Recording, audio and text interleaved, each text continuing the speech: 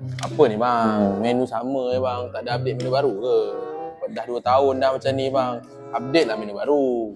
Sabarlah bang, sabar. Semua masalah ada penyelesaian. Masalahnya tak selesai.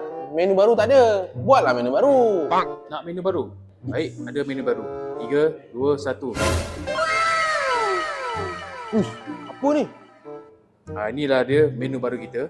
Nama dia Beef Sukiya Noodle. Yo. Apa yang ada dalam ni? Ingredient dia adalah mie noodle fresh daripada luar negara. Dia punya daging pun daging fresh, bau sembelih punya. Uish, bau sembelih bang eh? Oh ya, bau sembelih punya, baik punya. Kerana ni memang yakin akan untuk tahun 2026 punya. Baik.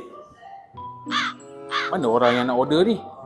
Mana menu yang untuk kami hidang ke tahun depan ni? 2026 ni? Sudah. Mampus aku nak jawab ngabur aku.